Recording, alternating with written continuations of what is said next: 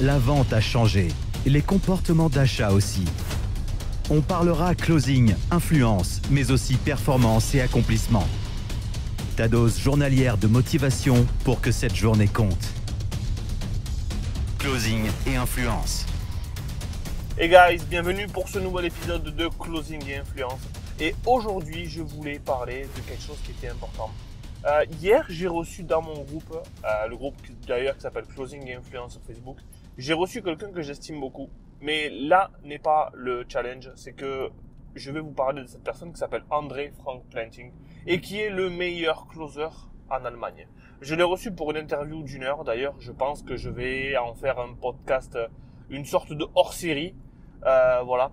Et je l'ai reçu pour pouvoir lui poser des questions, pour pouvoir donner de la valeur à mon groupe. Et il y a quelque chose qui m'a marqué, c'est que André et moi, on se parle tous les mercredis matins. On a un créneau, dites-vous bien, à 6h30 tous les mercredis matins. Et ça nous permet, moi, d'avoir son approche germanique, pragmatique. Vous savez, le côté allemand. Et lui, ben, il aime mon côté aussi. Et le fait que nous ayons ces moments-là ensemble, de côtoyer quelqu'un d'aussi puissant dans ce qu'il fait, que ce soit dans les résultats financiers qu'il a, mais aussi dans sa façon de faire, dans sa façon de faire et comment il est reconnu par ses pairs. Voilà, il était là le lapsus.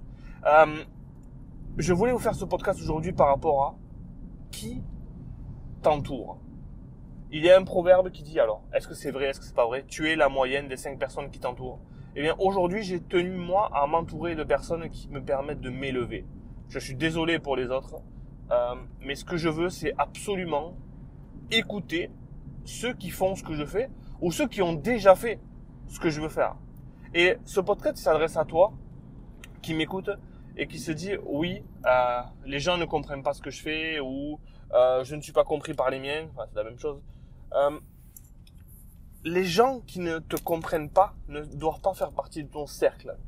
C'est-à-dire que tu dois faire partie d'un cercle où les gens ont la même vision que toi. Et il faut que tu t'entoures de gens qui ont déjà fait ce que tu veux faire. C'est dingue quand même comme réalité.